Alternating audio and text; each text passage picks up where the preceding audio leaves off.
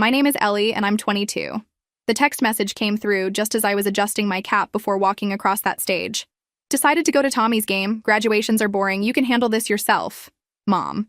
I stared at my phone while hundreds of other families cheered around me. 5 years of working 3 jobs, living on ramen, and somehow maintaining a 3.8 GPA. And not one member of my family bothered to show up. I tucked my phone away, walked across that stage alone, and made a decision that would change everything. They wanted me to handle it myself? Fine. I'd handle everything myself from now on. Where are you watching from today? Drop your location in the comments below and hit that like and subscribe button if you've ever felt completely invisible in your own family. You'll definitely want to stick around for what happened next.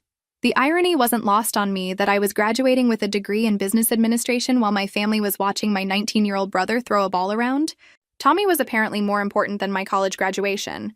But then again, when wasn't he more important? I'd learned to expect this level of disappointment from them. But somehow this felt different. This was supposed to be my day. One day. Just one. I collected my diploma with a smile plastered on my face, shook hands with the dean, and posed for the photographer like I had somewhere to be afterward, like someone was waiting for me. The families around me erupted in cheers and applause, phones recording every moment, flowers being thrown. I got polite clapping from strangers who felt bad for the girl walking alone. How generous of them. After the ceremony, I sat in my dented Honda Civic in the parking lot, still wearing my cap and gown, watching families celebrate together. The Andersons were taking pictures by the fountain. The Chen family had balloons and a whole entourage. Even weird Kevin from my statistics class had his grandmother there, crying tears of joy. I pulled out my phone and did something I'd never done before. I took a selfie. Just me, in my graduation cap with the biggest fake smile I could manage. I posted it with the caption, "Did it," and waited. 15 minutes later, I had likes from classmates and professors. Nothing from my family, not even my dad. Shocking, right? That's when I realized something that probably should have occurred to me years ago. I didn't actually need them.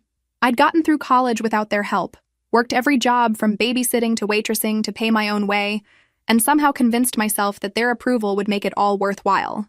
But sitting there in that parking lot, I felt something I hadn't expected. Relief. I drove home to our cramped 2-story house where I'd grown up being the responsible one, the invisible one, the one who figured things out. I could hear the celebration before I even opened the front door. Tommy had apparently made some spectacular play that required cake, and probably presents too. Because that's what we did in the Patterson family. We celebrated Tommy. Must be nice to be the golden child. How was the thing? Mom asked when I walked into the kitchen, not even looking up from cutting cake. The thing? I repeated. Your graduation thing. I stood there for a moment, still in my cap and gown, diploma in hand. Oh, you know, boring, just like you said. Dad wandered in with Tommy, both still in their Phillies gear. Hey kiddo, how'd it go? Fine. I was getting good at one-word answers. Tommy, to his credit, at least acknowledged what had happened. Congrats, sis. Sorry we missed it, but I had scouts there today. Coach said it was the most important game of the season. I nodded like this made perfect sense. Like my college graduation should obviously take a backseat to a college baseball game. Of course it was. Don't be dramatic, Ellie. Mom sighed. You'll have other graduations. Other graduations. Sure, Mom. I'll just collect degrees like baseball cards.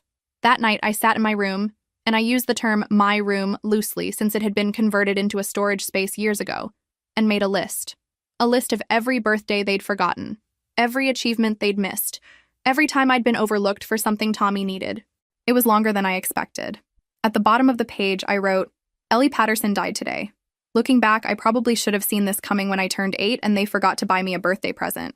Not forgot my birthday entirely, that would come later, just forgot the present part. Mom handed me a $20 bill the next day and said, pick something out for yourself, sweetie. Even at 8, I knew that wasn't how birthdays worked in other families. But hey, at least I learned early how to shop for myself. The invisibility started early. I was 3 when Tommy was born, and suddenly I became the big sister who could help Mommy and Daddy.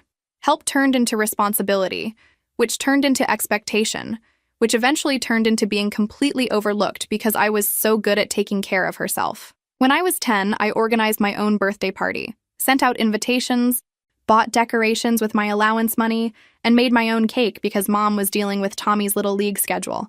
5 kids showed up. It was actually fun, but I remember thinking it was weird that I had to plan my own party. Most kids get their parents to do that. Silly me, expecting parental involvement. By middle school, I'd perfected the art of being invisible. Not in a pathetic way, more like a survival mechanism. I got good grades, never caused problems, and somehow convinced myself that if I just did everything right, they'd eventually notice. Spoiler alert, they didn't. The Christmas I turned 14, I found all the presents under the tree labeled with names. Tommy had a pile that could have stocked a small store. Mom and Dad had gifts for each other. There was even a present for our dog, Buddy. My name appeared exactly once on a gift card to Target. Not even wrapped. Just the card in an envelope. "We thought you'd prefer to pick your own stuff," Dad explained when he saw me staring at the gift card. "Teenagers are so particular these days." I smiled and thanked them because that's what good daughters do. But I also started babysitting that week. Not for extra money, for escape. Other families actually talked to each other during dinner. Wild concept, I know. High school was when I really hit my stride as the family ghost. I joined student council, made honor roll every semester, and got a part-time job at Miller's Diner downtown. I was saving for college because I'd figured out early that no one else was planning to pay for it. Mom mentioned once that they'd help where they could, but somehow Tommy's travel baseball expenses always seemed more urgent than my college fund. Amazing how priorities work. Junior year, I was nominated for homecoming court. I came home excited to tell them, but they were deep in crisis mode because Tommy had gotten detention for skipping class. The homecoming thing got lost in the drama of whether this would affect his baseball eligibility. I went to the dance with friends and didn't mention it again. Why bother competing with the Tommy show? The pattern was so ingrained that I stopped noticing it. Tommy's needs came first. Always. His schedule determined family dinners. His games determined weekend plans. His college visits meant family road trips while I researched schools online in my converted storage room. When I got my acceptance letter to State University, I left it on the kitchen counter where everyone would see it. It sat there for 3 days before Mom noticed. "Oh, honey, that's nice. Did you figure out the money situation?" I had. Because of course I had. I'd applied for every scholarship I could find, taken out student loans, and planned to work through college. The same way I'd figured out everything else. "Yeah, I've got it handled." "Great. You're so good at taking care of yourself." That phrase. If I had $1 for every time I heard, "You're so good at taking care of yourself," I could have paid for college in cash. It was their excuse for everything. Why they forgot my birthday, missed my school events, and never asked about my plans. Because I was so good at taking care of myself. Convenient how that worked out for them. The worst part wasn't the neglect. It was watching how differently they treated Tommy. When he struggled with algebra, they hired a tutor. When I struggled with calculus, I figured it out myself. When he wanted new cleats, they appeared like magic.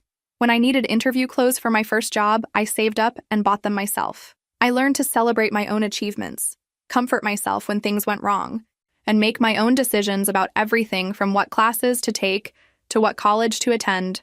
I became completely self-sufficient out of necessity, and they praised me for it like it was a choice. The only person who ever really saw me was Grandma Morgan, my mom's mother. She'd passed away when I was 16, but I still remembered how she'd always ask about my day, remember my favorite foods, and never miss sending a birthday card. She used to say I had her eyes and her determination. "You're going to do something special, Ellie Morgan," she'd tell me. Mark my words. By senior year, I was basically a friendly boarder who happened to share their last name. I ate dinner with them when our schedules aligned, contributed to conversations when asked direct questions, and otherwise lived parallel to their lives rather than as part of them. The night before I left for college, Mom hugged me and said, "We're going to miss you, sweetie, but we know you'll be fine. You always land on your feet." I almost laughed. They weren't going to miss me because they'd never really noticed I was there. And yes, I would be fine, because I'd been taking care of myself for as long as I could remember. Thanks for the vote of confidence, though. The first step was honoring the one person who'd ever really seen me. I couldn't be Ellie Patterson anymore. That girl was invisible, forgettable, the one who always came second. But I could be Ellie Morgan. Grandma Morgan had been the only one who noticed when I made honor roll, who remembered my birthday without being reminded, who actually listened when I talked about my plans. If I was going to disappear from the Patterson family, I was taking her name with me. I spent hours online researching the legal process for changing your last name. Turns out when you're over 18 and not trying to dodge debts or warrants, it's surprisingly straightforward. Just paperwork, filing fees, and a court appearance. Simple enough for someone who'd been handling her own paperwork since she was 16. The beauty of changing just your surname? No newspaper publication required. The Patterson family would never think to look for Ellie Morgan. The court appearance was on a Tuesday morning. I dressed in my best interview outfit, a navy blazer I'd bought for job interviews and the confidence I'd been building for 4 years of college. The judge asked why I wanted to change my name. I want to honor my late grandmother, Your Honor. She was more family to me than my actual family. He stamped the papers without any drama. Just like that, Ellie Morgan was born legally. Walking out of that courthouse, I felt lighter somehow, like I'd shed a skin that never quite fit right. Plus, let's be honest, Ellie Morgan had a nice ring to it. Professional but approachable. The kind of name that belonged on business cards and office doors. Next was the practical stuff. New social security card, new driver's license, new bank accounts. I moved my savings, all $3,000 of it, to a new bank across town, where nobody knew the old me. I kept my cell phone number because, really, who was going to call? The Patterson family certainly wasn't checking in regularly. The hardest part was telling my friend Sarah, the one person who'd actually notice I was gone. We met for coffee at our usual place near campus. "You're doing what?" She nearly choked on her latte. "Changing my name to honor my grandmother. Fresh start, new chapter." I pulled out my new driver's license and slid it across the table. Ellie Morgan. Same me, better last name. Sarah stared at the ID like it was evidence of a crime. "This seems extreme. I mean, I know your family sucks, but changing your name entirely? Just my last name. I'm still Ellie, just not a Patterson anymore. What if there's an emergency? What if something happens to your parents? Then Tommy can handle it. He's so good at being the important one." I could see her trying to understand. But Sarah had the kind of family that remembered birthdays and showed up for graduations. She couldn't comprehend what it felt like to be a supporting character in your own life story. "Promise me you'll stay in touch," she said finally. "Of course. Same phone number, same email, just a different last name on my business card someday." She laughed despite herself. "You're completely insane, but also kind of brilliant." The apartment hunt came next. I'd been living in the dorms, but Ellie Morgan needed her own space. I found a tiny studio apartment in a complex near the city. Nothing fancy, but it was mine. The lease application asked for emergency contacts. For the first time in my life, I wrote none without feeling pathetic about it. Moving day was simple since I barely owned anything. Clothes, textbooks, my laptop, and a few photos from college, carefully edited to exclude any family shots. I packed everything into my Honda and drove away from State University, from the Patterson family, from everything I'd known for 22 years.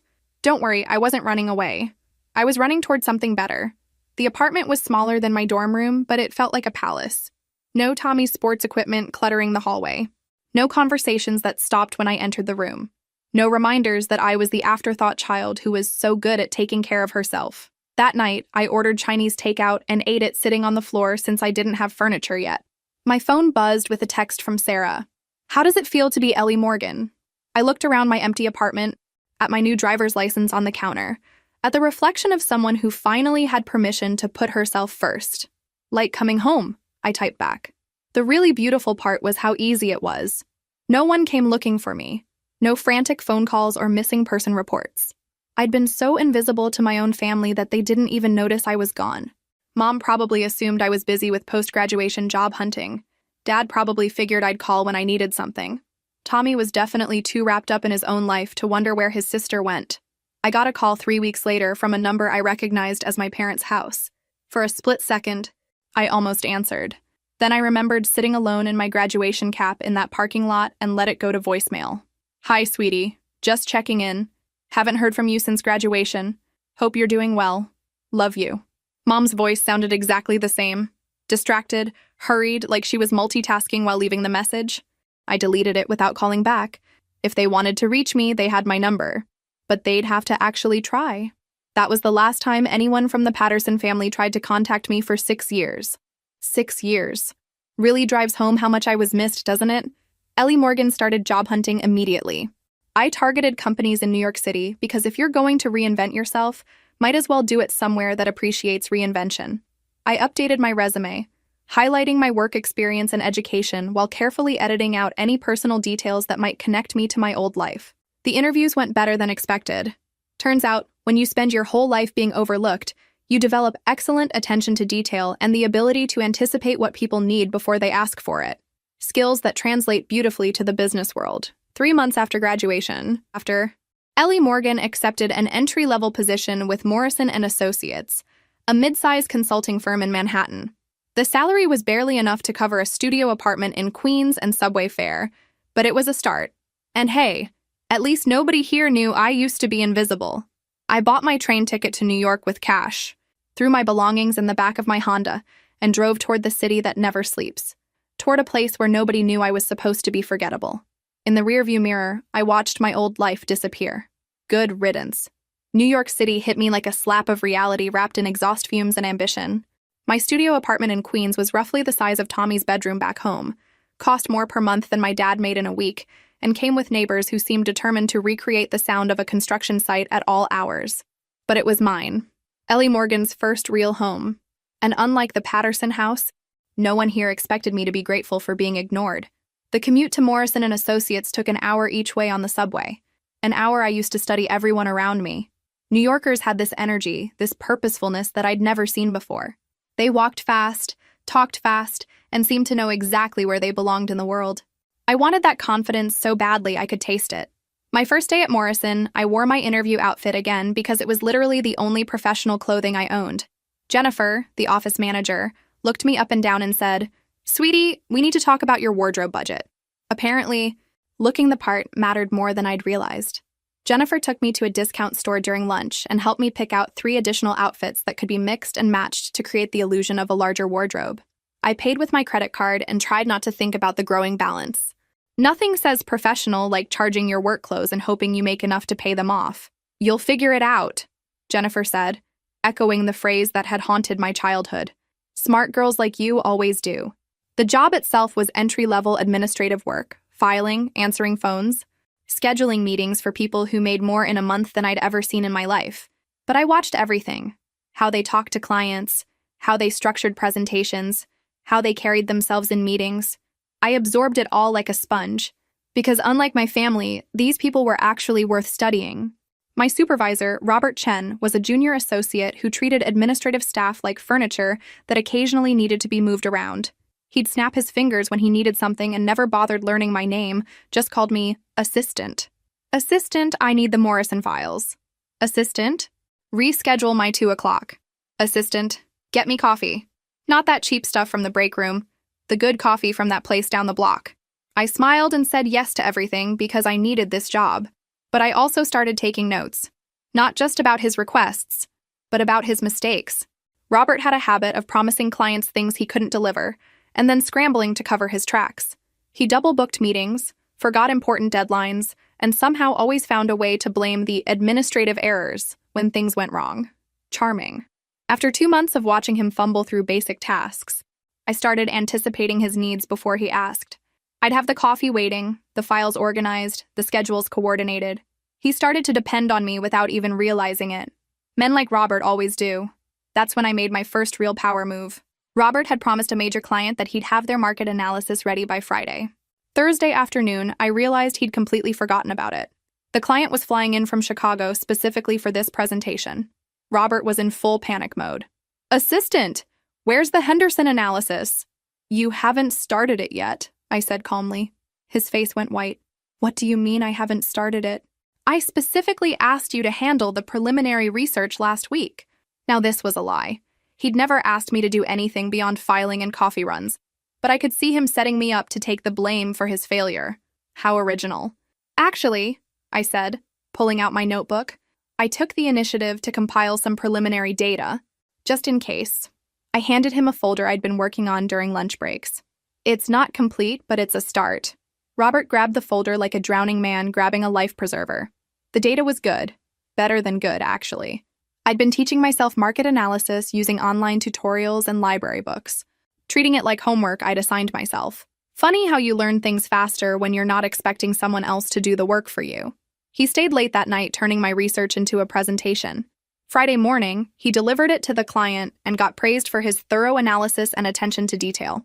He never thanked me, but he also never forgot that I'd saved his job. That afternoon, Jennifer stopped by my desk. "I hear you've been doing some additional research projects." I kept my face neutral, just trying to be helpful. "Robert mentioned you might be interested in taking on more analytical work. How would you feel about a small promotion? Administrative associate with research responsibilities? It came with a modest raise and the opportunity to attend client meetings as a note-taker. More importantly, it meant I was no longer just assistant. I had a title, responsibilities, and access to the parts of the business I'd been watching from the outside. I'd love the opportunity, I said. That weekend, I celebrated by buying myself a decent business outfit with my credit card and allowing myself to imagine a future where Ellie Morgan was more than just someone who disappeared from a family that never noticed her anyway. The promotion changed everything. Suddenly, I was in meetings, hearing how deals were structured, watching negotiations happen in real time. I learned that business was part strategy, part psychology, and part pure confidence. I was good at the first two and working hard on the third. I also learned that most of the junior associates were winging it just as much as I was. They had fancy degrees and family connections, but they didn't necessarily work harder or think more clearly than I did.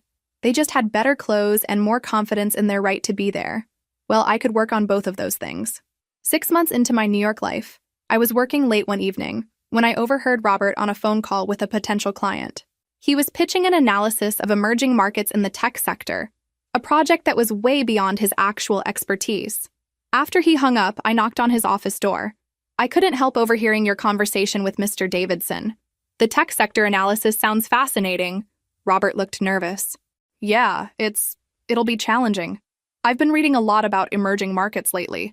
Would you like me to put together some preliminary research? Relief flooded his face. That would be extremely helpful, Ellie. Very proactive of you. Ellie. He'd finally learned my name. Progress. This became our pattern. Robert would land clients with promises he couldn't keep, and I'd figure out how to keep them. He got the credit, but I was learning the business from the ground up and building a reputation as someone who delivered results. Not exactly what I'd planned, but hey, we work with what we've got. It wasn't the career path I'd imagined, but it was working. Slowly, carefully, Ellie Morgan was building something real, something that belonged entirely to her. By my second year at Morrison & Associates, I'd figured out the game. Robert would take credit for my work during the day, and I'd stay late teaching myself everything he should have known. Market analysis, financial modeling, industry research. I consumed it all through online courses, library books, and careful observation of the senior associates who actually knew what they were doing. The breakthrough came when I caught a mistake that would have cost us a major client. Robert had been working on a telecommunications deal for weeks, relying heavily on my research while pretending he understood the technical aspects. The night before the final presentation, I was reviewing the contracts when I noticed something that made my stomach drop. The client was about to invest heavily in a technology that was already being phased out by industry leaders. Oops. I knocked on Robert's office door at 9 p.m.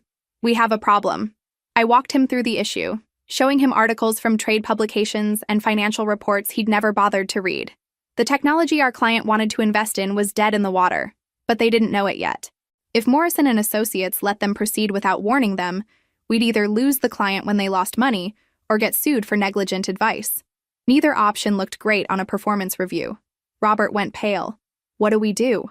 We tell them the truth, tonight, before they sign anything. But the commission will be zero if they sue us or never trust us again. Sometimes I amazed myself with my brilliant insights. Robert made the call. The client was initially furious that we were changing our recommendation at the last minute, but grateful when we showed them the evidence. We restructured the entire deal, saving them millions and proving that Morrison & Associates had their best interests at heart. Revolutionary concept, I know. Monday morning, Mr. Morrison himself stopped by my desk. Ellie, I understand you were instrumental in saving the telecom deal this weekend. Just doing my job, sir. He smiled. Your job is administrative support. What you did was strategic analysis that prevented a disaster. We need to talk. That conversation led to another promotion. Research analyst with my own office and a salary that finally covered my rent without requiring creative budgeting. More importantly, I was no longer working through Robert. I reported directly to Jennifer Walsh, a senior associate who actually recognized talent when she saw it. What a refreshing change of pace. Jennifer became the mentor I'd never had. She taught me how to present findings to clients, how to structure reports for maximum impact, and how to navigate office politics without compromising my integrity. She also introduced me to the concept that would change my life: consulting partnerships. The real money isn't in working for firms like Morrison, she explained over lunch one day. It's in building your own client base and taking them with you when you're ready to go independent. The idea terrified and thrilled me in equal measure. Build my own business? Ellie Morgan, who'd been invisible for most of her life, running her own consulting firm?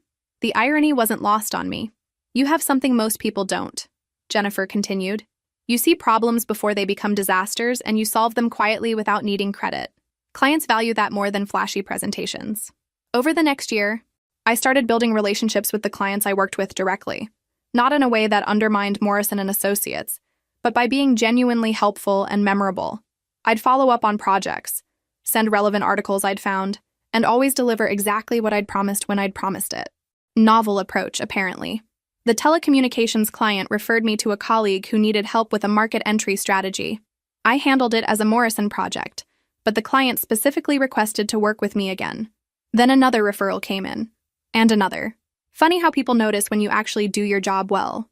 Jennifer watched this pattern developing and made me an offer I hadn't expected. What if I told you I was thinking about leaving Morrison and starting my own firm? And what if I offered you a partnership instead of just a job? Walsh & Morgan Consulting. The name sounded impossible and perfect at the same time. I can't invest much capital, I admitted. You don't need to. You bring the client relationships and the analytical skills. I bring 15 years of experience and some seed money from my savings. We split everything 50-50. That night, I sat in my queen's apartment, which I'd finally furnished with real furniture instead of milk crates and dreams, and tried to wrap my head around what was happening. Ellie Morgan, equal partner in a consulting firm. The girl who couldn't get her own family to notice her was about to become a business owner. I called Sarah, my one remaining connection to my old life. You're doing what now? She laughed. Starting a consulting firm, Walsh & Morgan. Morgan? That's your last name now? Has been for 3 years. It suits me. I keep forgetting you're not Ellie Patterson anymore. You sound different when you talk about work. Different how? Confident. Like you know you belong there. 6 months later, we made the jump. Jennifer and I gave Morrison & Associates our notice and opened an office in a small space in Midtown. Our first month, we had 3 clients, all referrals from people who'd specifically asked to work with me. Not bad for a girl who used to be invisible. By the end of our first year, we had 12 regular clients and a waiting list.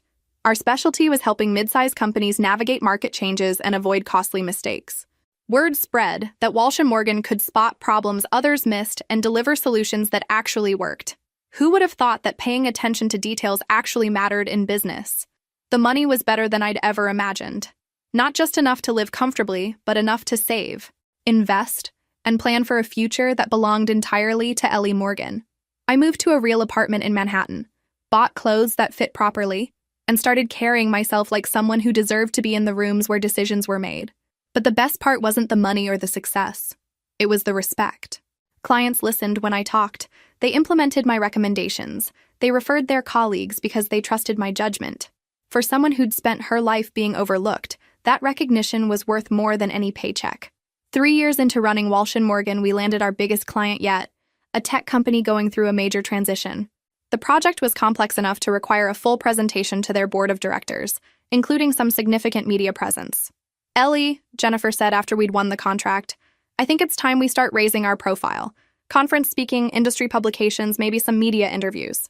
Media interviews? The idea made my stomach flip. You're the face of the analytical work. You should get credit for what you've built. I thought about that conversation for weeks. Media attention meant visibility. Visibility meant the possibility that someone from my old life might see me. After 4 years of Ellie Morgan's carefully constructed existence, was I ready to risk exposure? Then I realized something important. I wasn't hiding anymore. I'd built a life worth being proud of, and if the Patterson family happened to see it, that was their business. Ellie Morgan had nothing to hide from. Unlike some families I knew, my success was actually earned. Schedule the interviews, I told Jennifer. It's time. The Forbes interview changed everything. Not because I said anything revolutionary, but because sometimes the right story finds you at exactly the right moment. Young Entrepreneurs Reshaping Business Consulting was the headline, with a photo of me in my office overlooking Manhattan. The journalist Rebecca Santos had been impressed by our client retention rate and the fact that we'd grown 200% year over year while maintaining our boutique approach. Most consulting firms scale by adding junior staff, she'd noted. You've maintained quality by being selective about clients. That's unusual for someone your age. I'd rather solve the right problems really well than create new problems by growing too fast, I'd answered. Amazing how that concept confuses people. The article quoted that line and went into detail about our approach to preventive consulting, identifying issues before they became crises.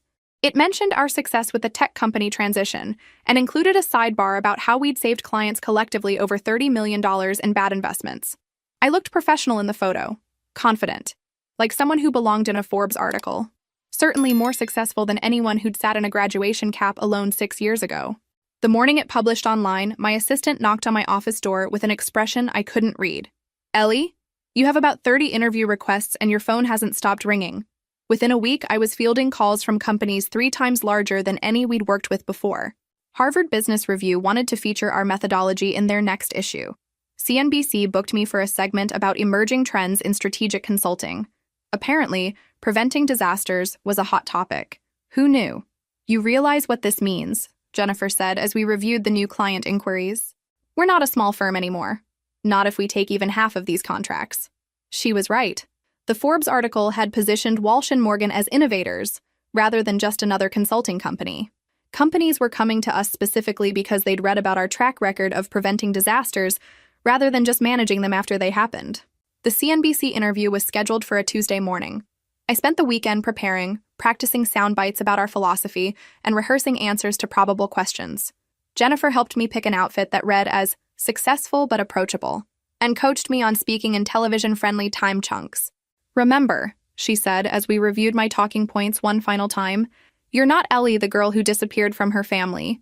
You're Ellie Morgan, founding partner of Walsh & Morgan Consulting. Own that." The interview took place in CNBC's Midtown studio. I'd been nervous, but once the cameras started rolling, I felt oddly calm. The anchor, Michael Roberts, asked smart questions about our growth strategy and the emerging trends we were seeing in the market. "What advice would you give to other young professionals looking to start their own firms?" "Don't wait for permission," I heard myself say. "Don't wait for someone else to validate your ideas or give you a platform. If you see a problem that needs solving and you know how to solve it, start solving it. The credibility comes from the results." That sounds like the voice of experience. I suppose it is, though I'd recommend getting your family's support first if you're lucky enough to have that. The slight edge in my voice was probably lost on viewers, but it felt good to say. After the interview, the producer mentioned they'd received several calls during the segment from viewers asking for our contact information. "That doesn't usually happen with business interviews," she said. "You clearly struck a nerve." The segment aired that evening. I watched it from my apartment with a bottle of wine and a growing sense of unreality. There I was on national television talking about business strategy like I'd been doing it my whole life. The confident woman on screen bore no resemblance to the invisible girl who'd sat alone in a graduation cap 6 years earlier. My phone started buzzing almost immediately after the segment ended. New client inquiries, interview requests, and congratulations from colleagues. But there was one call I almost didn't recognize. "Sarah. Oh my God, Ellie, I just saw you on CNBC. Pretty surreal, right?" "Surreal. You looked like you belonged there. You looked so professional, successful." "I am professional and successful." It felt good to say that without qualifying it. "I know, but seeing you on TV made it real somehow. My roommate was watching with me and she was like, 'Wait, you know her?' I felt like a celebrity by association." We talked for an hour, catching up on her life and mine. She'd gotten married, moved to Denver, and was working as a marketing coordinator for a nonprofit. Normal life progression for someone who hadn't reinvented herself completely. "Can I ask you something?" she said toward the end of the call. "Sure. Do you ever miss it? Being part of a family, I mean? Having people who knew you before you were successful?" I looked around my apartment. My successful, carefully curated, completely independent life. I miss the idea of having a family that cared about me. But I never actually had that, so I can't miss something that didn't exist. That's incredibly sad. Or incredibly freeing. Depends on your perspective. After we hung up, I sat by my window looking out at the Manhattan skyline. Somewhere out there, maybe my family had seen the interview. Maybe they'd recognized the daughter and sister they'd forgotten about. Maybe they were wondering how invisible Ellie Patterson had become Ellie Morgan, successful businesswoman. The thought didn't upset me the way it might have a year ago. If they'd seen it, they'd seen what they'd missed out on by never bothering to notice me. Their loss, not mine. But I also realized something else. I wasn't completely free of them yet. Part of me still cared what they might think, still wondered if they'd finally be proud of what I'd accomplished. That bothered me more than I wanted to admit. After everything, some small part of me was still that girl waiting for approval. Have you ever experienced something amazing and realized you still cared about people who'd never cared about you? Drop a comment below about how you handled it, and don't forget to hit that like button if you're enjoying Ellie's journey. Ellie Morgan had built an incredible life, but she wasn't quite finished becoming herself. The real test would come when the past finally caught up with the present. And based on how much attention that Forbes article was getting, that confrontation might be coming sooner than I'd expected. The success from the Forbes article and CNBC interview created a snowball effect I hadn't anticipated. Within 6 months, Walsh & Morgan had doubled in size, moved to a larger office in a prestigious building, and I was being invited to speak at conferences across the country. Not bad for someone who used to be professionally invisible, but the real game changer came when Marcus Wellington called. Wellington Industries was a Fortune 500 company facing a crisis that had already cost them 2 CEOs and hundreds of millions in lost revenue. Their board had seen my CNBC interview and wanted to know if I thought their situation was salvageable. Most consulting firms we've talked to want to restructure everything, Marcus explained during our first meeting. Massive layoffs, complete reorganization, the whole disaster playbook. But you specialize in prevention, not cleanup. What would you have done differently 6 months ago? I spent 2 weeks analyzing everything they'd done wrong, which was considerable. They'd ignored market shifts, dismissed customer complaints, and made strategic decisions based on wishful thinking rather than data. But underneath all the mistakes, the core business was still sound. Amazing what happens when you actually look at the fundamentals instead of just following trends. You don't need a complete overhaul, I told their board. You need to stop the bleeding, address the customer trust issues, and implement systems that prevent this from happening again. It's surgery, not amputation. The contract was worth more than Walsh & Morgan had made in our entire first year. More importantly, it put us on the map as the firm that could save companies everyone else had written off. Jennifer and I worked 18-hour days for 3 months, basically living at Wellington Industries while we implemented our recovery plan. We restructured their customer service protocols, overhauled their market analysis systems, and trained their executives to spot the warning signs we'd identified. Turns out, most corporate disasters are preventable if someone's actually paying attention. The turnaround was dramatic. Within 6 months, Wellington's stock price had recovered 40% of its losses. Within a year, they were posting record profits.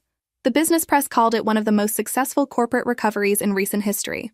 Ellie Morgan saves Wellington Industries was the Harvard Business Review headline that made me realize I'd crossed into a different tier of recognition. This wasn't just success.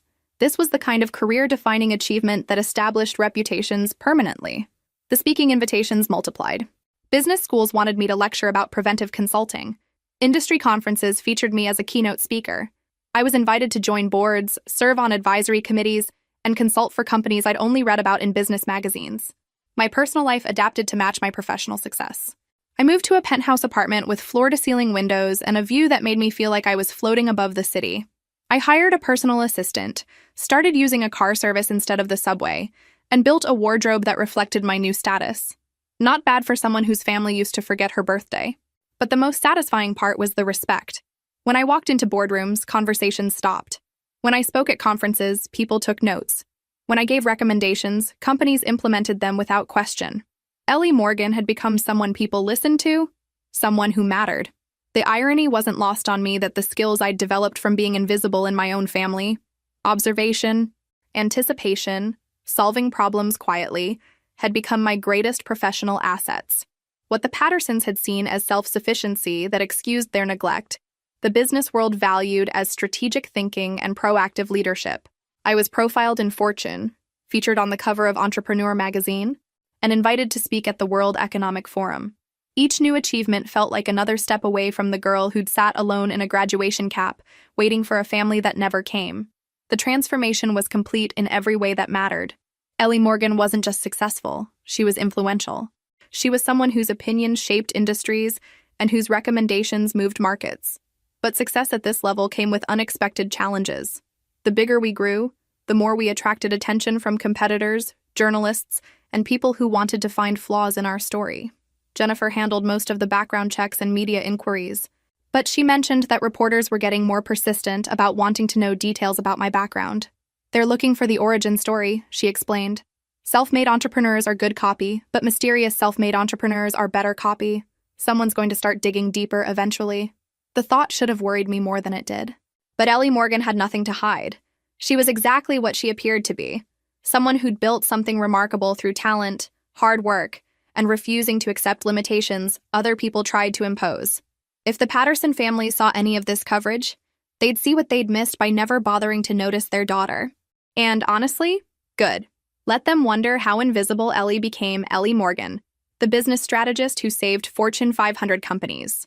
That evening, I stood in my penthouse office looking out at the Manhattan skyline. Somewhere out there, in boardrooms and corner offices, executives were implementing strategies I'd developed. Companies were avoiding disasters because they'd learned to spot the warning signs I'd taught them to recognize. Tomorrow, I had meetings with 3 potential new clients and a conference call with an international company that wanted to establish preventive consulting protocols across all their divisions. Next week, I was flying to London for a speaking engagement that would establish Walsh & Morgan's European presence. 6 years ago, I'd been invisible to my own family. Now I was reshaping how major corporations approach strategic planning. The journey from Ellie Patterson to Ellie Morgan was complete. But I had a feeling the most interesting chapters were still ahead. What do you think will happen next? Drop your predictions in the comments below. And make sure you're subscribed so you don't miss the dramatic conclusion of this transformation story. The phone call that changed everything came on a Wednesday morning while I was reviewing contracts in my office. My assistant buzzed through with an unusual request. Ellie, I have a producer from 60 Minutes on the line. They want to do a segment about the Wellington Industries turnaround and the rise of preventive consulting. They're specifically interested in you as the face of this new approach. 60 Minutes, the most watched news magazine in America. The show that could make or break reputations with a single segment. No pressure at all. Tell them I'll call back in an hour, I said, needing time to think through the implications. This wasn't a business publication or a brief cable news interview. This was primetime television, the kind of exposure that reached everyone in America, including people in small Pennsylvania towns who thought their daughter had simply moved away for work. Jennifer was traveling, so I called Sarah instead. 60 Minutes wants to interview me, I said without preamble. Holy shit, Ellie, that's incredible. It's also terrifying. What if your family sees it? I'd never explicitly told Sarah the details of my disappearance, just that I'd had a falling out with my family and chosen to start fresh. But she'd always been perceptive about the things I didn't say. Yeah, would that be such a bad thing? I mean, you're incredibly successful. Maybe they'd be proud. They had 22 years to be proud and couldn't manage it. The bitterness in my voice surprised even me. But you're not that invisible girl anymore. You're Ellie Morgan, business superstar. Maybe they'd see you differently now. I thought about that conversation all day. Ellie Morgan was successful enough that even the Pattersons would have to acknowledge her achievements. But did I want their acknowledgement now, after building a life that didn't need their approval? I called the 60 Minutes producer back. I'm interested, but I have some conditions about what I will and won't discuss, such as business strategy, consulting methodology, the Wellington turnaround, all fair game. Personal background, family history, anything before I started my career, off limits. There was a pause. That might actually make the story more intriguing. The mysterious entrepreneur who won't discuss her past. Very compelling television. Great. Nothing like being mysterious to attract exactly the kind of attention I was trying to avoid. The interview was scheduled for the following month in our office. The 60 Minutes team wanted to capture the environment where Ellie Morgan worked, show the visual symbols of success that reinforced the narrative of someone who'd built an empire from nothing. They spent 3 days filming. Interviews, office shots, meetings with clients who agreed to be featured. The correspondent, Margaret Chen, was thorough but respectful of my boundaries. She asked about my business philosophy, my methodology, my predictions for the industry. She didn't push when I deflected personal questions. You've built something remarkable in a very short time, she said during one of our conversations. Most people would want to talk about the journey that got them here. The journey isn't the story, I replied. The results are the story. But viewers connect with the personal elements. They want to understand what drives someone to achieve at your level. What drives me is seeing problems before they become disasters and having the skills to prevent them. Everything else is just background noise. And boy, did I have some background noise to avoid. She seemed to accept that Ellie Morgan was someone who preferred to let her work speak for itself. The segment was scheduled to air on a Sunday evening in March. I planned to watch it alone in my apartment with a bottle of good wine and my phone turned off. Whatever happened after it aired, I'd deal with Monday morning. The 12-minute segment exceeded my expectations. They focused on the Wellington Industries recovery, interviewed executives who credited our work with saving their company, and positioned preventive consulting as a revolutionary approach that was changing how major corporations operated. The visuals were perfect. My office with its Manhattan view, footage of me presenting to Wellington's board, testimonials from grateful clients. I looked confident, successful, and completely in control of the narrative. Margaret's closing commentary was particularly gratifying. Ellie Morgan represents a new generation of business leaders who believe the best way to solve a crisis is to prevent it from happening in the first place. Her approach has already saved her clients hundreds of millions of dollars and may well change how American businesses approach strategic planning. The segment ended with a shot of me in my office, looking out at the city skyline. The image of someone who'd conquered New York through talent and determination. My phone started ringing before the credits finished rolling. New client inquiries, interview requests, congratulations from colleagues. Walsh & Morgan's website crashed from traffic volume. My assistant would have dozens of messages waiting Monday morning. But there was one call I answered immediately. Sarah was crying. "Ellie, that was incredible. You looked so professional, so successful. I'm so proud of you. Thanks. Though I'm starting to think I should have kept a lower profile." "Are you kidding? You're about to become the most famous business consultant in America. This is going to change everything." She was right. This level of exposure would attract attention from everyone: clients, competitors, journalists, and people from my past who might finally connect Ellie Morgan with Ellie Patterson. I'd built Ellie Morgan to be impossible to ignore. Mission accomplished. But as I sat in my apartment that night, looking at the city lights and thinking about the life I'd created, I realized something important. I wasn't afraid of being discovered anymore. I'd become someone worth discovering. If the Patterson family saw that segment and recognized their forgotten daughter, they'd see what they'd lost when they chose Tommy's baseball game over my college graduation. They'd see the person they could have been proud of if they'd bothered to notice I existed. That thought should have satisfied me. But it also raised a question I wasn't ready to answer. What would I do if they actually tried to find me now? Would the girl who'd waited 22 years for their approval finally get her moment of vindication? Or would Ellie Morgan prove that she really didn't need them anymore? I had a feeling I was about to find out. The call started Monday morning. My assistant, Caroline, buzzed through with an apologetic tone. "Ellie, I have someone on line 3 claiming to be your brother. He says it's urgent family business. Should I take a message?" For a moment, I couldn't breathe. After 6 years of carefully constructed separation, Tommy Patterson had found Ellie Morgan. Well, that didn't take long. Tell him I'm in meetings all day and take his information. But the calls kept coming. My mother Tuesday afternoon, my father Wednesday morning. Each time, Caroline politely took messages while I sat in my office wondering how long I could avoid the inevitable. The messages were what I'd expected: shocked recognition, claims of pride in my accomplishments, and urgent requests to talk about family matters. No apologies for missing my graduation. No acknowledgement of the years of invisibility. Just sudden interest now that Ellie Morgan was someone worth knowing. How predictable. Friday afternoon, Caroline knocked on my office door with an expression I'd learned to read as "situation requiring your immediate attention." "They're here," she said quietly. "Who's here?" "Your parents. And your brother. They're in the lobby asking to see you. Security called up because they don't have an appointment, but they're insisting it's urgent family business." Through my office window, I could see the Manhattan street 40 floors below, people moving with purpose, living their lives, completely unaware that Ellie Morgan's carefully constructed world was about to collide with Ellie Patterson's abandoned past. Tell security to escort them to Conference Room B and Caroline. Clear my calendar for the rest of the day. I took 5 minutes to compose myself, checking my appearance in the mirror and reminding myself who I was now. Ellie Morgan, founding partner of Walsh & Morgan Consulting, someone who commanded respect and made decisions that affected Fortune 500 companies. Not Ellie Patterson, the invisible daughter who could be overlooked without consequence. They were standing by the conference room windows when I walked in, looking out at the view that represented everything I'd built. My mother had aged, her hair completely gray now. My father looked smaller somehow, less imposing than he'd seemed when I was 22. Tommy had filled out, no longer the teenager whose baseball games had been more important than my graduation. "Ellie," my mother breathed, turning toward me with tears in her eyes. "Ms. Morgan," I corrected, taking a seat at the head of the conference table. "And you are?" I couldn't help myself. "Sue me." The pretense lasted exactly 3 seconds before my mother broke. "Sweetheart, we've been looking for you for years. We had no idea you'd changed your name, moved to New York. We saw you on 60 Minutes and couldn't believe that invisible Ellie Patterson had become someone worth acknowledging." The words came out sharper than I'd intended, but I didn't regret them.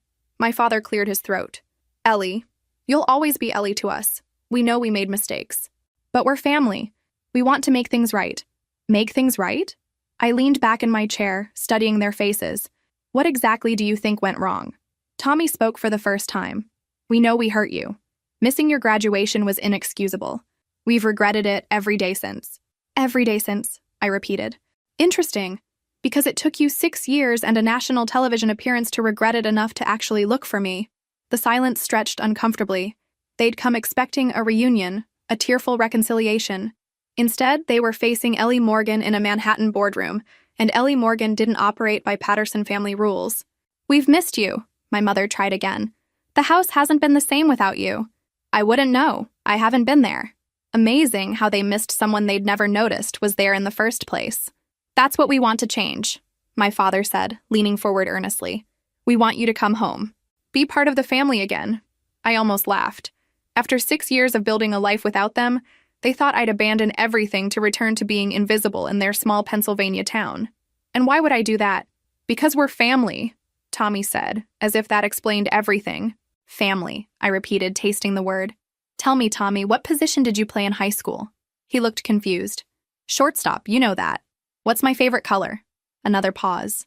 When's my birthday? The silence was deafening. You want me to come home to be part of a family that doesn't know my birthday, but remembers your baseball position from a decade ago? The irony was almost poetic. My mother's face crumpled. We know we weren't perfect parents. Perfect? I stood up, moving to the window. You forgot I existed unless you needed something. You missed every important moment of my life. You literally chose Tommy's college baseball game over my college graduation. We explained that, my father said defensively. There were scouts. There were always scouts. There was always something more important than whatever Ellie needed. I turned back to face them. But here's what's interesting. You found Ellie Morgan. You tracked down my business, figured out how to get past security, and demanded to see me immediately. When it mattered to you, when you wanted something, you figured out how to find me. We wanted to reconnect with our daughter, my mother said. Your daughter. Right. I walked back to the table. Tell me about your daughter. What has she accomplished? What is she passionate about? What are her goals? More silence. You don't know, do you? You know Ellie Morgan from television, but you don't know your daughter, because you never bothered to learn who she was. Tommy tried a different approach. Look, we're proud of what you've accomplished. This business, your success, it's incredible. Now you're proud. Now that I'm someone other people recognize? The timing was fascinating. Really. We were always proud, my mother insisted. I opened my laptop and pulled up my calendar. I have meetings scheduled with 3 Fortune 500 CEOs next week. I'm flying to London next month for a consulting contract worth more than most people make in a lifetime. 60 Minutes wants to do a follow-up segment about the industry changes my work has created. I closed the laptop and looked at each of them in turn. Ellie Morgan is busy. Ellie Morgan matters. Ellie Morgan has people who value her time and expertise. I stood up again, smoothing my skirt. Ellie Patterson was invisible. Ellie Morgan is impossible to ignore. That's not an accident. That's a choice I made when I decided to stop waiting for you to notice I existed. We want to help you, my father said suddenly. Support your business. Invest in your success. The words hung in the air like a bad smell. I stared at him, processing what he'd just offered. The audacity was genuinely breathtaking. Invest in my success? We've done well for ourselves over the years, he continued, missing the ice in my voice entirely. We could provide capital for expansion, help you grow even faster. My mother nodded eagerly. We know we missed out on supporting you before, but we can make up for it now. Families should support each other. Tommy jumped in with what he probably thought was helpful enthusiasm. Dad's construction company has been really successful. We could easily invest a few $100,000 in your consulting firm. A few $100,000. In Walsh & Morgan, which was already worth 8 figures and growing. I had to bite my lip to keep from laughing. Let me understand this correctly, I said, walking back to my seat. You want to invest money in my business? Exactly, my father said, relief flooding his voice. We can be partners. Real family partners. And in exchange? In exchange, you come home. We rebuild our relationship. You can run your business from anywhere these days, right? Technology makes location irrelevant. I sat down slowly, my mind racing through the implications of what they were proposing. They wanted to buy me back, purchase a relationship with Ellie Morgan by investing in her success. The business world had taught me to recognize a hostile takeover when I saw one. You think I need your money? Everyone can use more capital, Tommy said. Even successful businesses need investors. That's true, I agreed. Businesses do need investors. Good ones. I opened my laptop again and pulled up Walsh and Morgan's financial reports. The numbers I was about to share weren't public knowledge, but my family was about to learn exactly what they'd missed out on by ignoring me for 6 years. Our revenue last year was $18 million, I said casually, watching their faces. Profit margin was 42%. We have $38 million in client contracts already signed for this year, with a waiting list of companies requesting our services. The color drained from my father's face. Our European expansion launches next month with offices in London, Paris, and Frankfurt.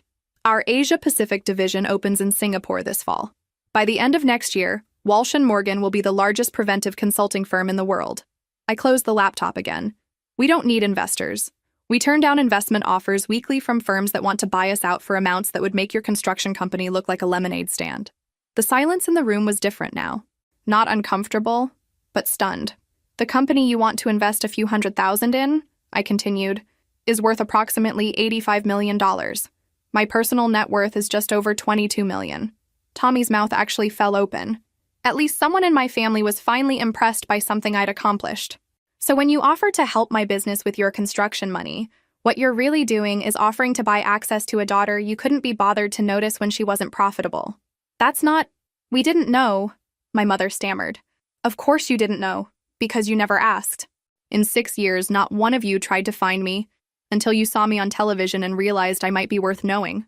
I stood up and walked to the window again, looking out at the city where I'd built everything they were now trying to purchase their way into. Here's what's interesting about families, I said without turning around. Real families support each other before success, not after it. Real families show up for graduations even when there are baseball games.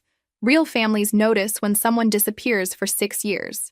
We made mistakes, my father said quietly. No, I turned back to face them. You made choices. Consistent choices over and over for 22 years.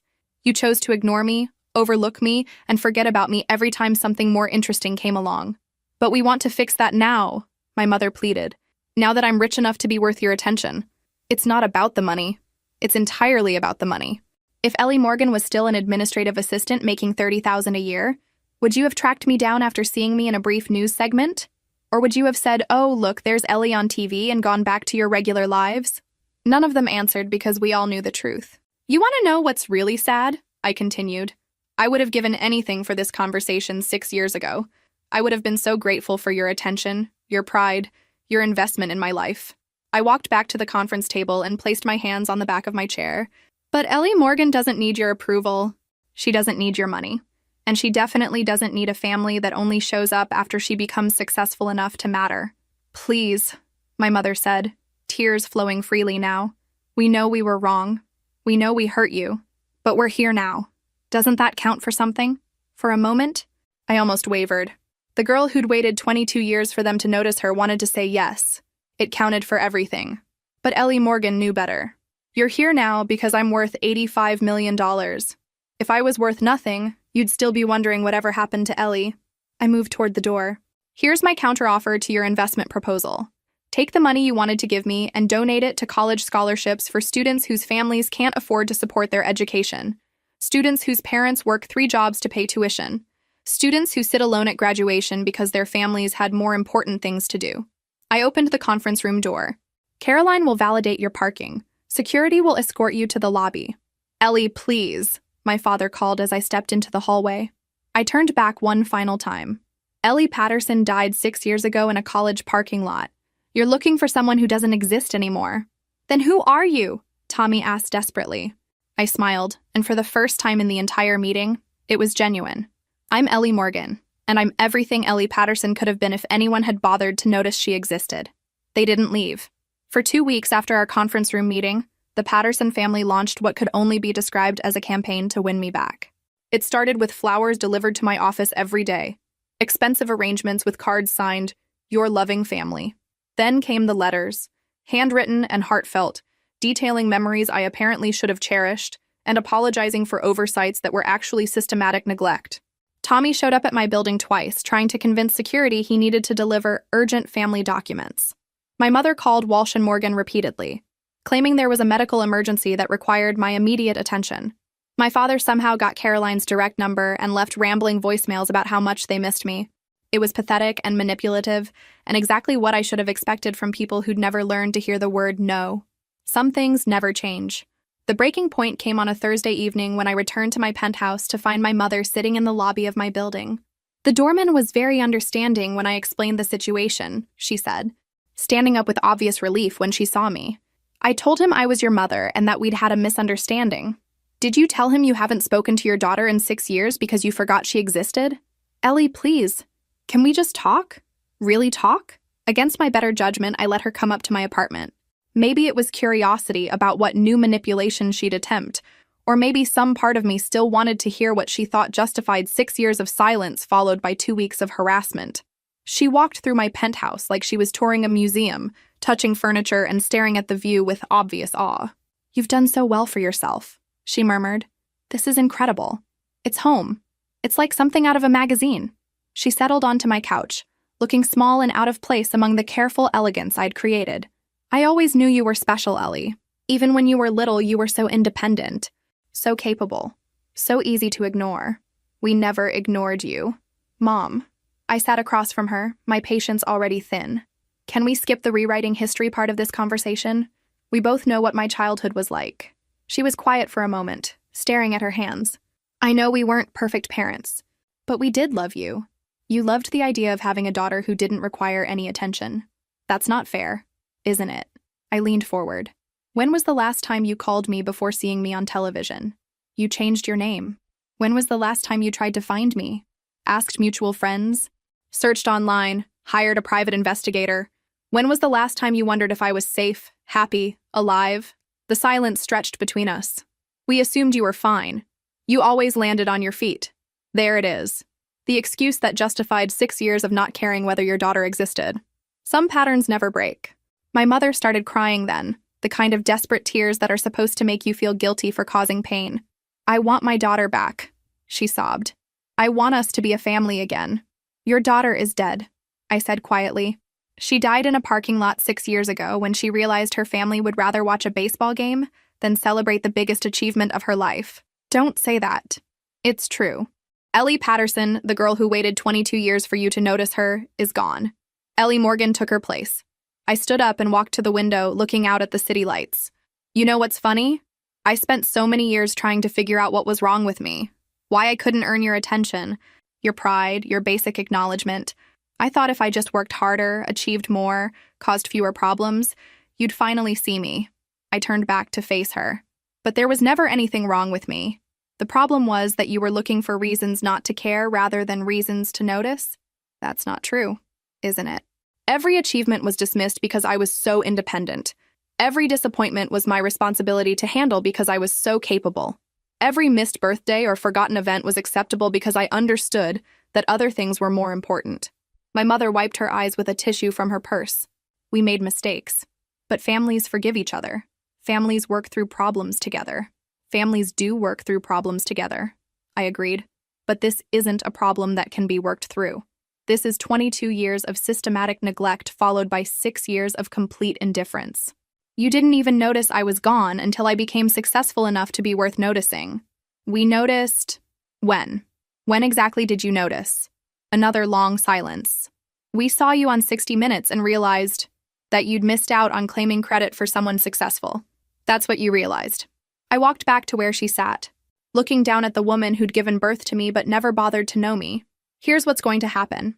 You're going to leave my apartment, my building, and my life. You're going to stop calling my office, stop sending flowers, and stop harassing my staff. You're going to go back to Pennsylvania and live the life you chose when you decided I wasn't worth your attention. You can't mean that. I absolutely mean that. Ellie Morgan doesn't have time for people who only care about her because she's profitable. Ellie Morgan surrounds herself with people who valued her before she was worth $22 million. I walked to the door and held it open. This is goodbye, not see you later or let's keep in touch. This is goodbye forever.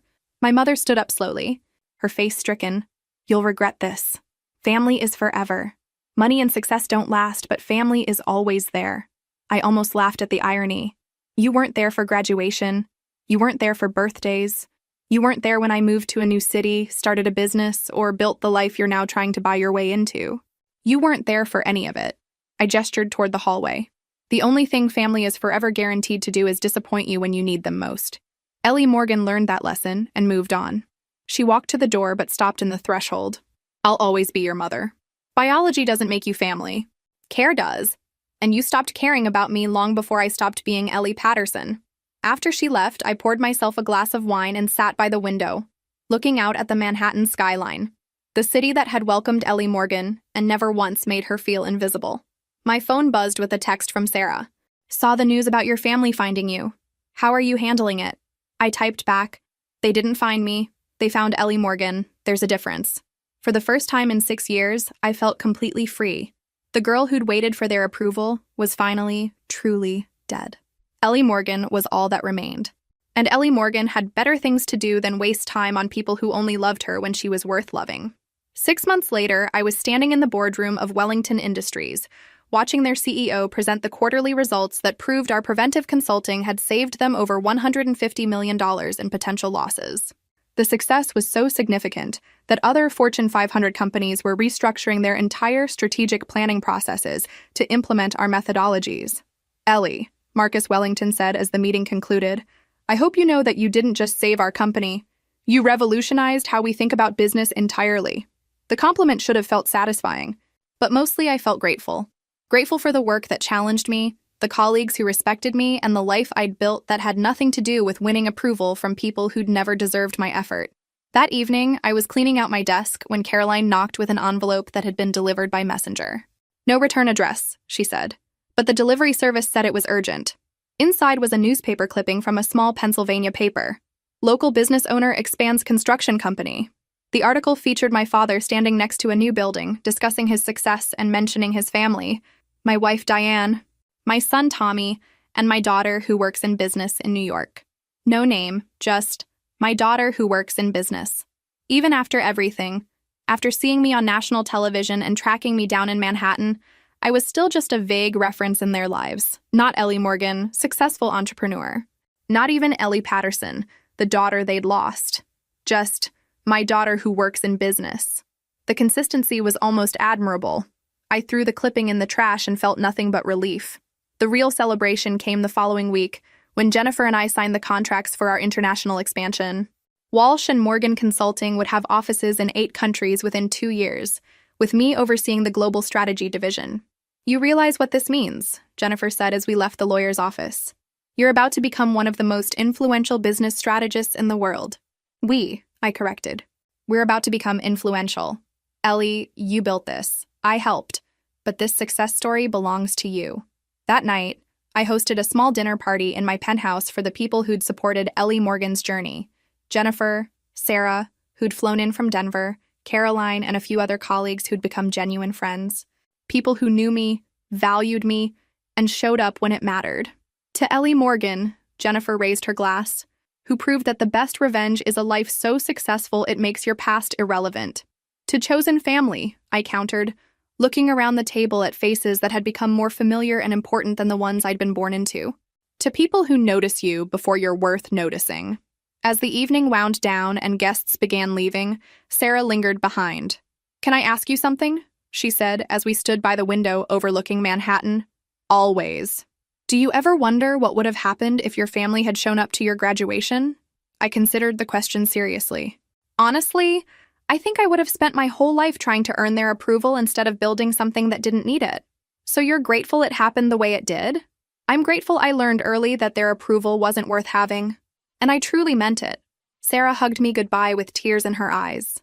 I'm so proud of you, Ellie. Not because you're successful, but because you became exactly who you were meant to be. After everyone left, I sat alone in my penthouse office working on a presentation for the World Economic Forum.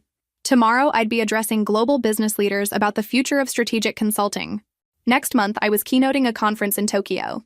Next year, Walsh and Morgan would likely be acquired by a major consulting firm for a sum that would make me one of the wealthiest self-made women in America. The life Ellie Morgan had built was beyond anything Ellie Patterson could have imagined sitting alone in that college parking lot 6 years ago. My phone buzzed with a text from an unknown number. Saw your picture in Forbes. Very proud. Dad. I deleted it without responding. The girl who'd waited 22 years for those words was gone. Ellie Morgan didn't need pride from people who'd offered it too late, and for all the wrong reasons. I finished my presentation, poured myself a final glass of wine, and stepped onto my terrace. The Manhattan skyline sparkled below, each light representing someone pursuing their own version of success and significance. Somewhere out there, other young women were sitting in parking lots, wondering why they weren't worth their family's time. Somewhere, other daughters were learning to be invisible in their own homes. Somewhere, other girls were accepting that they were good at taking care of themselves because no one else cared enough to try. I'd started a scholarship fund in Ellie Morgan's name for first-generation college students from families that couldn't or wouldn't support their education. I'd spoken at women's business conferences about building success without traditional support systems. I'd hired young women who reminded me of my younger self and made sure they knew their contributions mattered. Ellie Morgan had become someone who noticed people who needed noticing. Someone who showed up when it mattered. Someone who proved that the family you choose could be more powerful than the one you're born into. The transformation was complete. The girl who'd been invisible had become impossible to ignore. The daughter who'd been forgotten had built a legacy that would be remembered long after the people who'd overlooked her were gone. If this story resonated with you, make sure to like and subscribe for more real-life journeys of transformation and resilience. Remember that your worth isn't determined by who notices you. It's determined by what you build when you finally notice yourself. Sometimes the best thing that can happen to you is realizing you don't need the approval you've been chasing. Sometimes disappearing is the first step toward becoming visible. Ellie Morgan knew that now, and she'd never be invisible again.